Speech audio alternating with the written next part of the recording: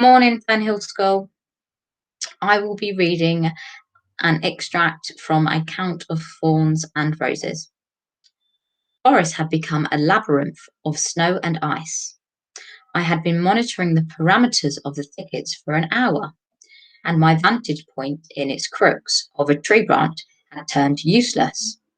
The gusting winds blew thick flurries to sweep away my tracks, but buried along with them any sign of potential quarry.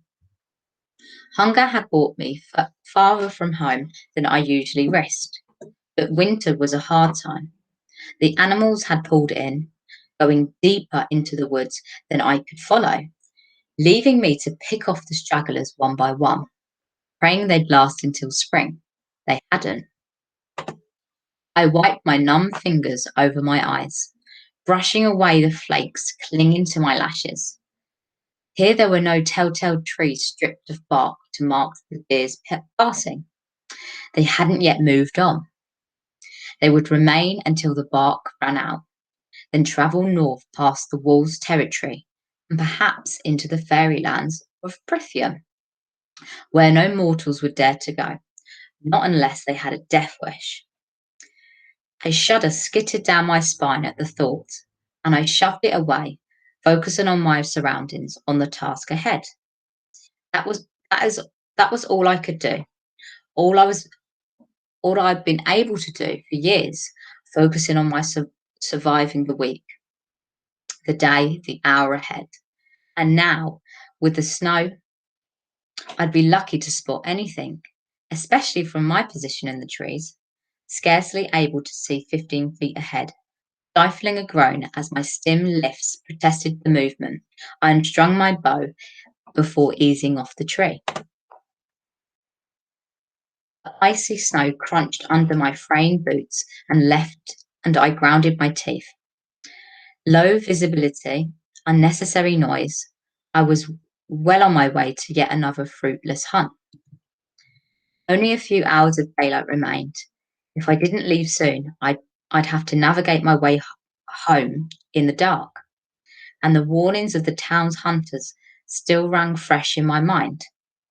Giant wolves were on the prowl, and in numbers, not to mention whispers of strange folk spotted in the area, tall and eerie and deadly. Anything but fairies. The hunters had bescreeched our long-forgotten gods, and I secretly prayed alongside them. In the 8 years we've been living in our village, 2 days' journey from the immortal borders of Prithium, we'd been spared an attack. Through travelling peddlers sometimes brought stories of distant border towns left in the splinters and the bones and the ashes. These accounts, once rare enough to be dismissed by the villagers' elderlies as hearsay, had in recent months become commonplace whispers on every market day.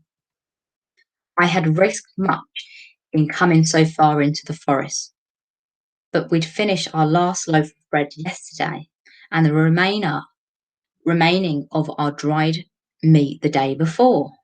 Still, I would rather spend another night with a hungry belly than find myself satisfying the appetite of a wolf or even a fairy. Not that there was much of me to feast on. I'd turned gangly by this time of year and could count a good number of my ribs. Moving as nimbly and quietly as I could between the trees, I pushed my hand against my hollow and aching stomach. I knew the expression that would be on my 2 elderly sisters' faces when I returned to our cottage empty-handed yet again. After a few minutes of carefully searching, I crouched into a cluster of snow-heavy brambles.